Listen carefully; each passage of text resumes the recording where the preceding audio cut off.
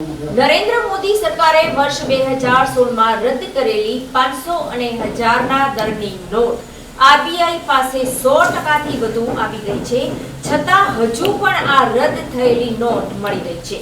સુરતના ડુમસ ખાતેથી 75 લાખની નોટ સાથે 4 લોકોને દબોચી લેવામાં આવ્યા। ગત તારીખ 26/6/2024ના રોજ ડુમસ પોલીસ સ્ટેશન ખાતે એક ખાનગી બાતમીદાર દ્વારા બાતમી મળેલ કે અહીંના ભીમપોર ગામ ખાતે એક મકાનમાં 4 ઈસમો ચલણી નોટો સાથે હોય એવી બાતમી મળેલ હતી।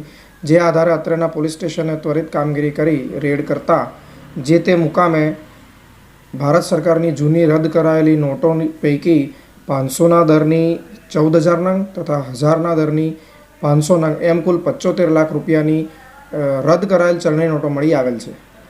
જી સર, આ નોટ કેમ એ લોકોએ રાખી હતી આટલી બધી મોટી સંખ્યામાં? હાલમાં તે અંગે તપાસ ચાલુ છે, તો એવું માનવામાં આવી રહ્યું છે કે જે તે સમયે બદલાવી ન શક્યા હોય અને પડી રહી હશે, પણ હાલમાં એ બાબતે વિશેષ તપાસ ચાલુ છે। આ ચારેય વ્યક્તિ ક્યાંના રહેવાસી છે અને કોણ છે? આ ચારેય વ્યક્તિઓ પૈકી એક વ્યક્તિ ડુમસ ભીમપોર ખાતેના રહેવાસી છે, જેમનું નામ નરેશભાઈ પટેલ છે। બાકીની 3 વ્યક્તિ પણ સુરત ખાતેના રહેવાસી છે।